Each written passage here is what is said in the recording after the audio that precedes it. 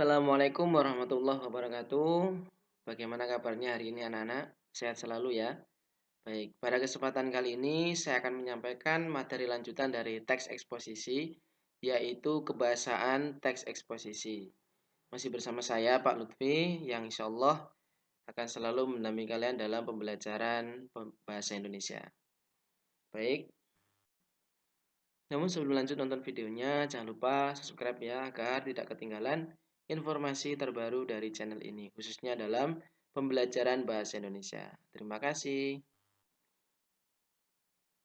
Ya, baik kita masuk di jenis kebahasaan teks eksposisi. Yang pertama yaitu pronomina. Yang kedua konjungsi. Yang ketiga argumentasi. Yang keempat paragraf. Yang kelima kalimat tunggal. Yang keenam kalimat majemuk. Dan yang ketujuh yaitu kelas kata. Ya. Baik, untuk kebahasaan teks eksposisi cukup banyak ya, tapi insya Allah nanti mudah-mudahan bisa kalian pahami dengan baik. Amin. Ya, baik kita langsung masuk di pembahasan yaitu pronomina. Ada yang tahu pronomina apa? Ya, pronomina adalah kata ganti. Nah, ini mungkin beberapa dari kalian ada yang paham, ada yang sudah tahu apa itu pronomina. Ya, kata ganti ya. Untuk kata ganti sendiri jenisnya ada dua. Yang pertama yaitu kata ganti orang, seperti kamu, dia, ia, saya, mereka, kita, dan lain sebagainya. Tentu kalian sudah paham ya untuk kata ganti orang. Kemudian yang kedua yaitu kata ganti bukan orang. Misalnya di sana, di situ, di sini, dan lain sebagainya. Jadi untuk pronomina ini yaitu kata ganti yang sering digunakan ya. Yang pertama jenis orang, yang kedua jenis bukan orang, ya, kamu, dia, ia, saya. Ini biasanya digunakan untuk mengemukakan pendapat. Ya, biasanya yang digunakan dalam teks eksposisi yaitu untuk mengemukakan pendapat. Kemudian yang bukan orang juga sering dijumpai dalam teks eksposisi. Jadi intinya di bagian pronomina ini ada dua jenis yaitu kata ganti orang dan yang kedua yaitu bukan orang. Baik, insya Allah sudah paham dengan baik ya. Karena ini hanya mengulas saja. Karena sebelumnya insya Allah kalian sudah mempelajarinya. Yang kedua yaitu konjungsi. Nah ini sering kita jumpai juga di teks-teks sebelumnya. Pasti tahu dong ya apa itu konjungsi. Ya betul. Kata hubung.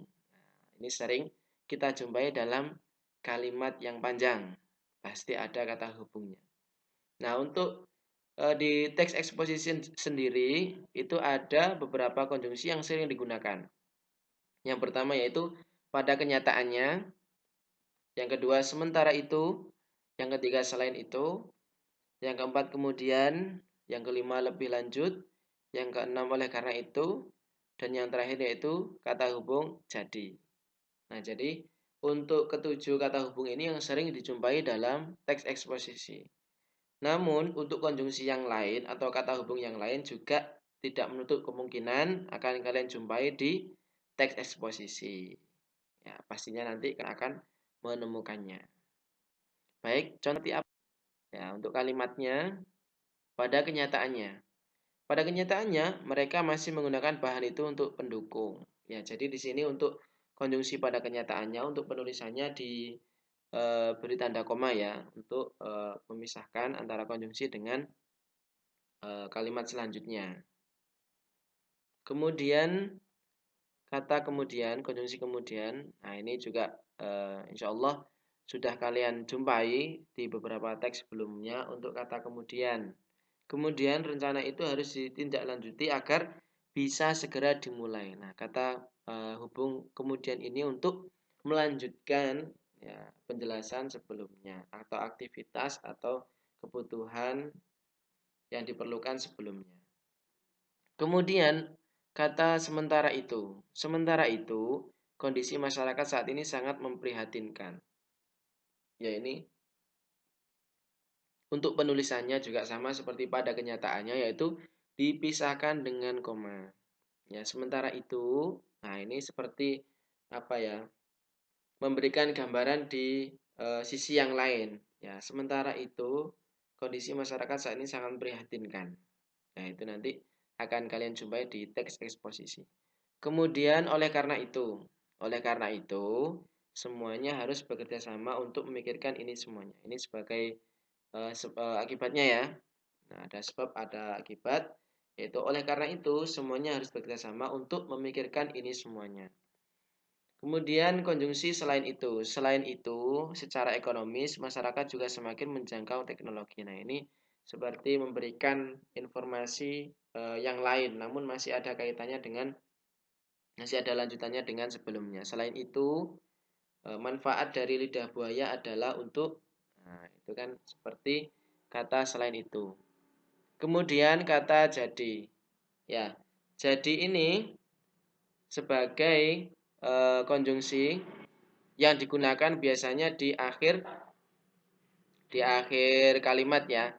Jadi contohnya, jadi semacam luka yang dalam atau trauma. Nah, ini biasanya kita jumpai di akhir paragraf atau di akhir pembicaraan atau penulisan. Kemudian yang terakhir yaitu lebih lanjut.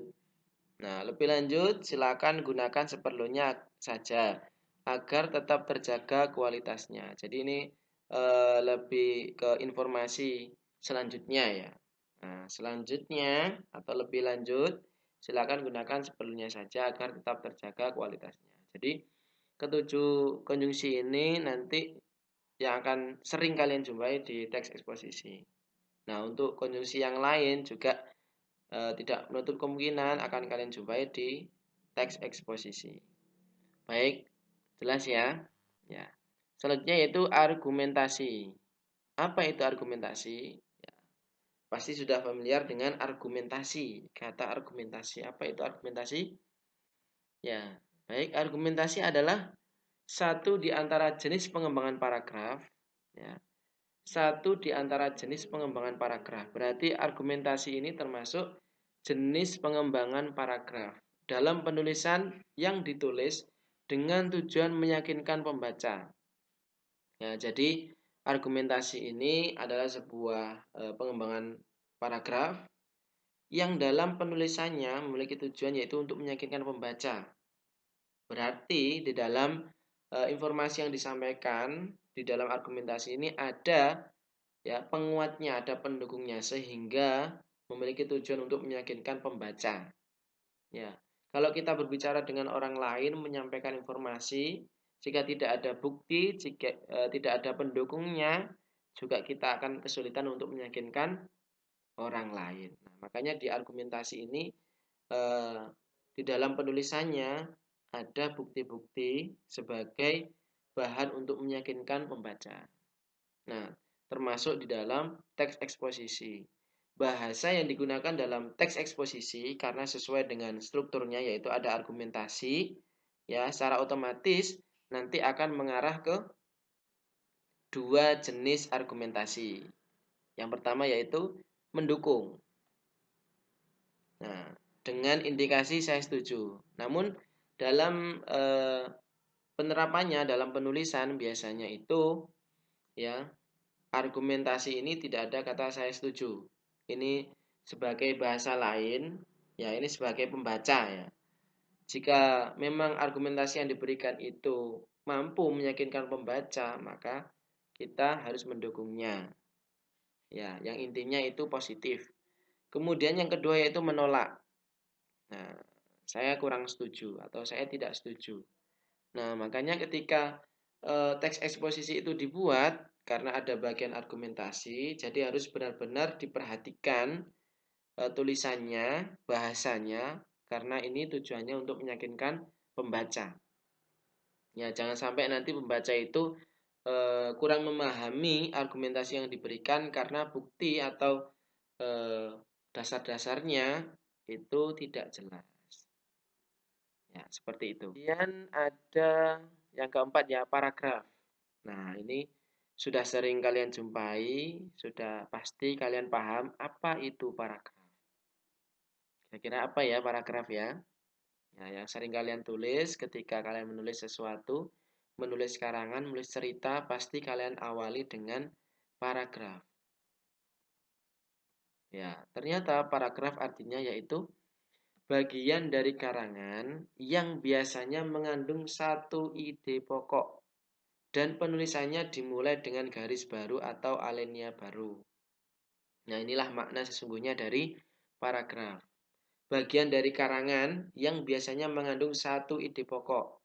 Nah, jadi setiap paragraf itu pasti mengandung satu ide pokok. Ya. Dan penulisannya dimulai dengan garis baru atau alinea baru. Makanya ada paragraf 1, paragraf kedua, sampai paragraf kesekian kalinya. Nah, itu makanya ada istilah garis baru atau alinea baru. Itu namanya paragraf. Paham ya? Nah, insya Allah sudah paham. Kemudian, nah jenisnya, nah ini perlu kalian pahami, ya, karena ini sebagai informasi tambahan tentang makna dari paragraf. Yang pertama yaitu paragraf induktif. Nah, pasti kalian sudah pernah mendengar sebelumnya. Apa itu paragraf induktif? Paragraf yang dimulai dengan menyebutkan pernyataan-pernyataan khusus dan diakhiri dengan pernyataan umum. Berarti gagasan utama atau ide pokok atau inti dari pembicaraan dalam satu paragraf tersebut, jika itu termasuk paragraf induktif, di mana gagasan utamanya, ya betul, di akhir. Nah, karena di sini ada kalimat diakhiri dengan pernyataan umum. Nah, pernyataan umum inilah yang termasuk gagasan utama atau ide pokok. Nah, berarti paragraf induktif ini paragraf yang gagasan utamanya berada di akhir kalimat. Ya. Sedangkan kalimat-kalimat sebelumnya yaitu kalimat penjelas atau kalimat khusus. Nah, dan diakhiri dengan kalimat umum. Nah, contohnya seperti apa? Nah, ini contohnya. Belajar dengan sistem SKS alias sistem kebut semalam bukanlah hal yang patut dicontoh, apalagi kalau esok harinya adalah hari ujian. Akibat yang bisa dirasakan adalah rasa kantuk ketika sedang mengerjakan ujian. Maka itu, persiapkan diri dan mulai belajar sejak jauh-jauh hari sebelum waktu ujian tiba. Nah, yang saya cetak tebal ini adalah pernyataan umumnya, yang termasuk gagasan umum. Jadi diawali dulu dengan pernyataan-pernyataan khusus, belajar dengan sistem EKS, kemudian apalagi kalau esok harinya adalah hari ujian dan lain sebagainya, itu termasuk pernyataan khusus dan diakhiri dengan pernyataan umum. Ya, jadi intinya di sini paragraf induktif adalah paragraf yang gagasan utamanya berada di akhir kalimat. Nah, itu bahasa yang mudah dipahami. Jelas ya. Dan jenis yang kedua yaitu paragraf deduktif. Nah, kalau induktif tadi di akhir, berarti kalau deduktif berada di, ya betul, di awal kalimat. Paragraf yang dimulai dengan menyebutkan pernyataan umum dan diakhiri dengan pernyataan-pernyataan khusus sebagai penjelas. Nah, berarti pengertian mudahnya dari paragraf deduktif adalah paragraf yang gagasan utamanya berada di awal kalimat.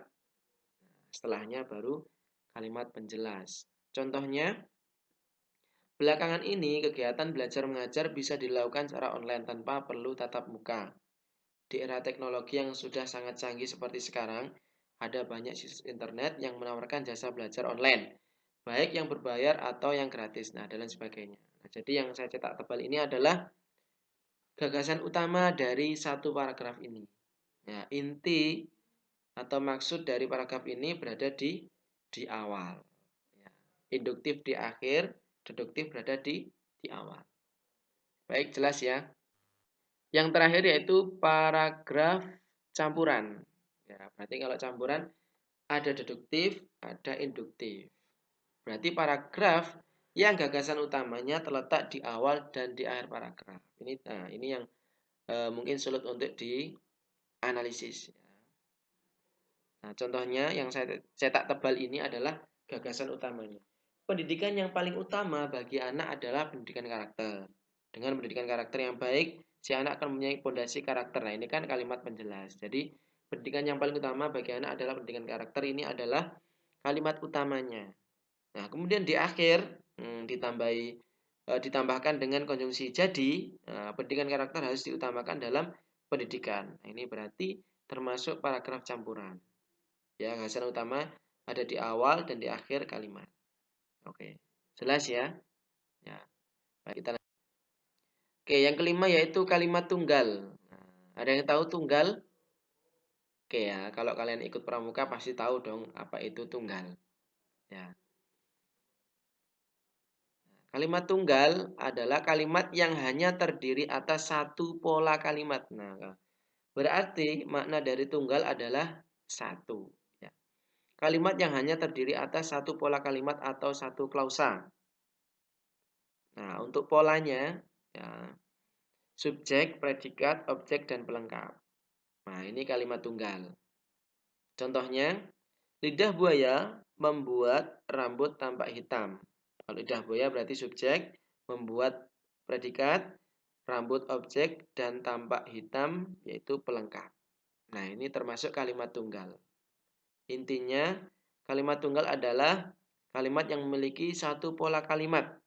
Nah, itu sudah termasuk kalimat tunggal. Oke, jelas ya. Kemudian ada kalimat majemuk. Nah, kalau majemuk berarti lebih dari satu. Artinya, kalimat majemuk adalah kalimat yang hanya terdiri atas dua pola kalimat tunggal atau lebih. Ya, terdiri atas dua pola kalimat tunggal atau lebih.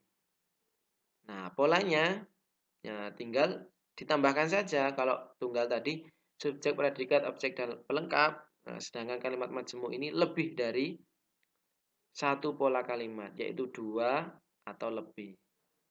Nah, untuk polanya bisa sama ya, subjek, predikat, objek, dan pelengkap plus. Nah, plusnya ini nanti biasanya ditambahkan dengan konjungsi kata hubung. Kemudian ada subjek lagi atau bisa langsung predikat, objek, dan pelengkap.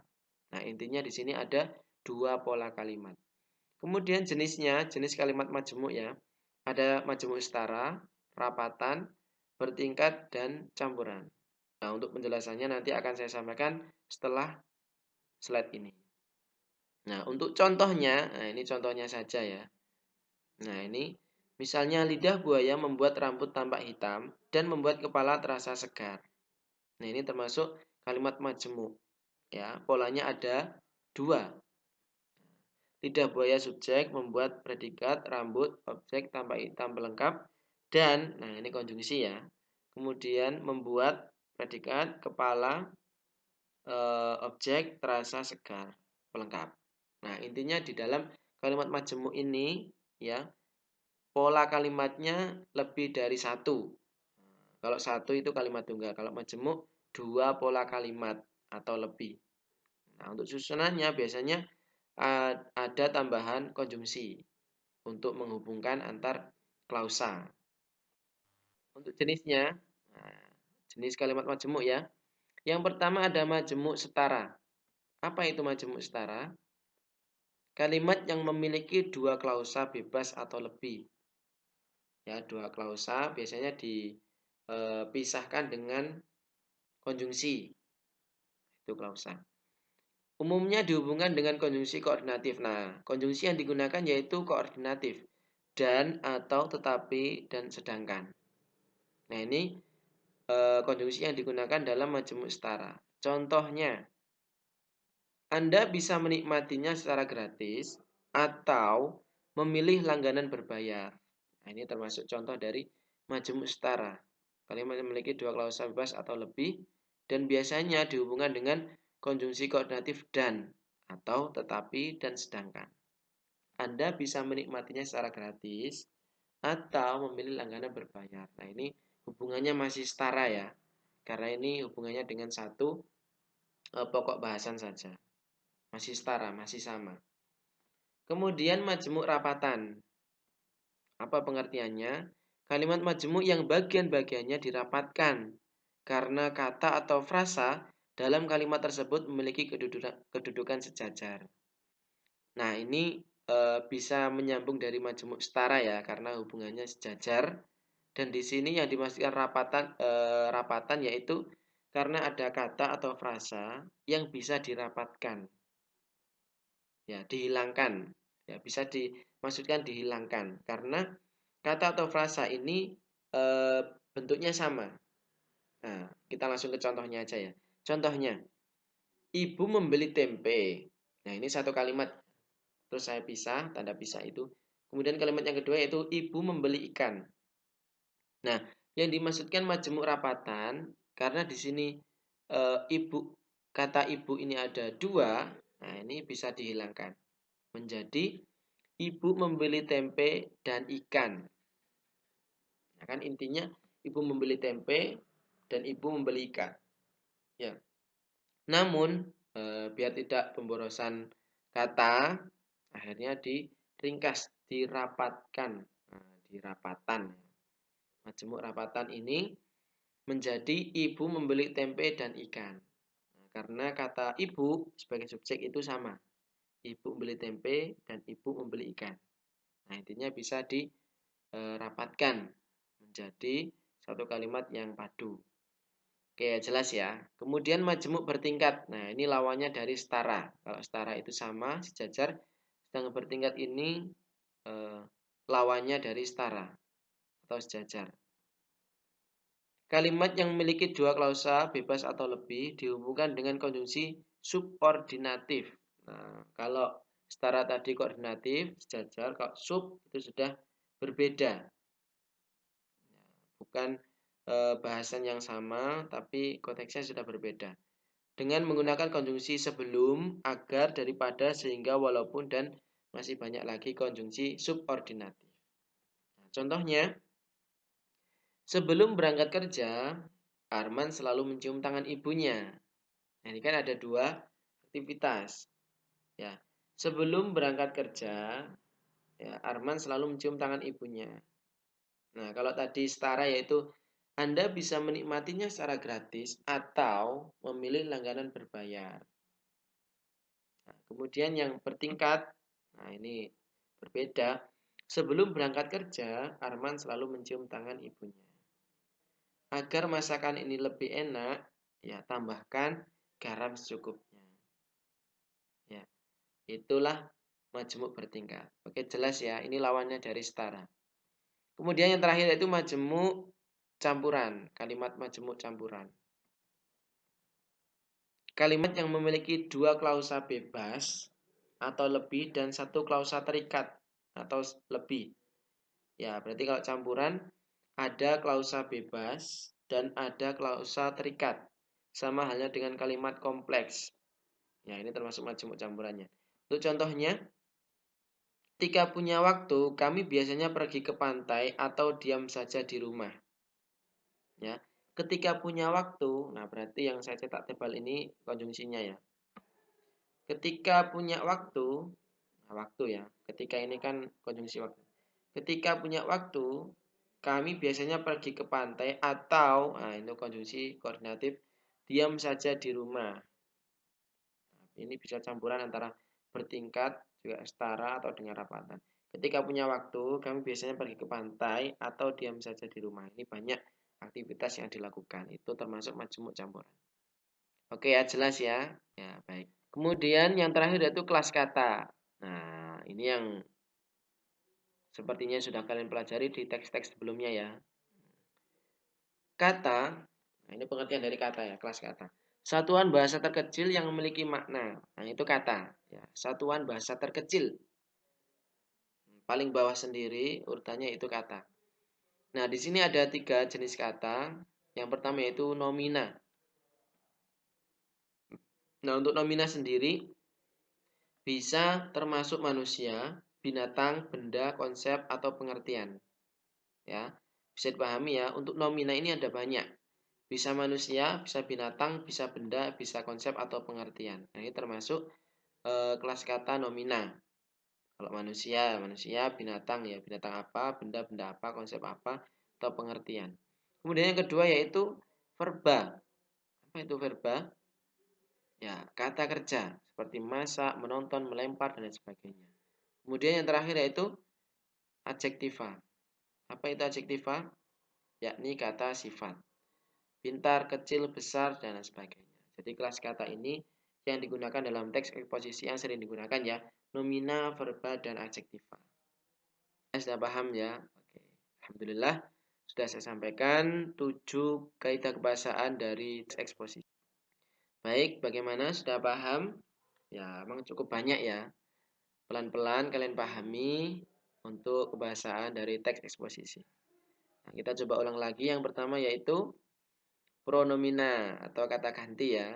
Kemudian konjungsi atau kata hubung. Kemudian argumentasi untuk meyakinkan pembaca. Kemudian paragraf yaitu yang memiliki satu pola satu ide pokok ya. Nah, dan diawali dengan garis baru atau alinea baru. Kemudian kalimat tunggal yang memiliki satu pola kalimat. Sedangkan kalimat majemuk yaitu memiliki dua pola kalimat atau lebih. Yang terakhir itu kelas kata, ada verba, nomina, dan yang terakhir itu adjektiva. Oke, sudah paham ya? Ya, baik. Semoga apa yang saya sampaikan ini bisa kalian pahami dengan baik. Pelan-pelan materi kebahasaan teks eksposisi.